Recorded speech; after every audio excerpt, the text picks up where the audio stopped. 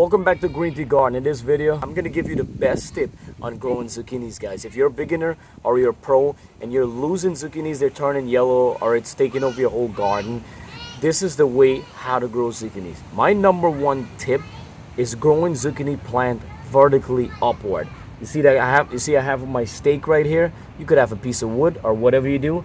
You gotta grow it vertically. So growing vertically, guys, you save a lot of space. And basically you could see your plant is running upward. You could see your fruit. You see if you have bugs, you have a dead leaf, or what's going on. So growing vertically, guys, you're not stepping on your plant or nothing. You're basically walking straight through your garden without stepping on any fruit or any plant. So my next tip would be pruning. See all that? I prune all the bottom leaves. By pruning all the bottom leaves, you have more air, the bees come right up to pollinate easy, and you have a less chance of having any disease on your plant. So pruning is one. If you're afraid to prune or you don't know to prune, check my playlist. I have a video. At least prune 2 to 3 leaves. The next tip will be fertilizer or compost or whatever food you have, plant food. So basically this is a big plant and it produces big leaf and big fruit. So you got to make sure every 2 weeks add fertilizer, compost, if you have home compost, or try like garden tone or some kind of organic fertilizer. I'll add some link in the description. You guys can go ahead and check it out. So you need to keep your soil rich and nutrition so your plant will gain more. So sometimes, guys, you will see like your bag of soil was at feed up to 3 months. That's good for a lot of vegetable, but not when it comes to zucchini plant. When it comes to zucchini plant, the amount of energy used to just grow all these leaves, it basically uses up that 3 months. If you now start off and you harvest your first one, you're excited. You harvest your second and it's going good, and then your third one, it turned yellow, it died.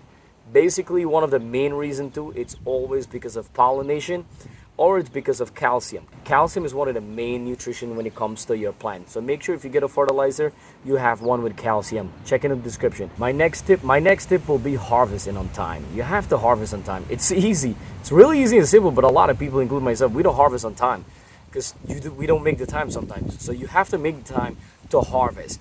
If you let it overgrown or overripe, it will start turning yellow at the bottom and it will rotten. And you gotta remember, your plant is using so much energy to just overripe that one fruit. When you could harvest it and your energy would be pushing up to a smaller fruit, and you could have been getting more veggies faster. You could have been harvesting a lot faster if you harvest on time. So you have to harvest on time.